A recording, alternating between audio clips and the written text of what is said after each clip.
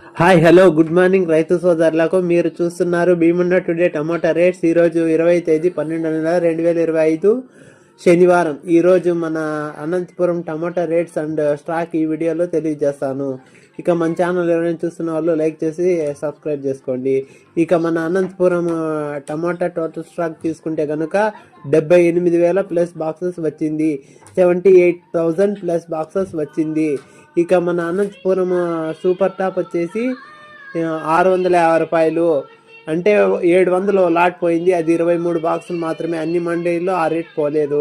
ఇక ఫస్ట్ రకం వచ్చేసి 450, 480, 500, 550, 600, 620, 600 రూపాయలు.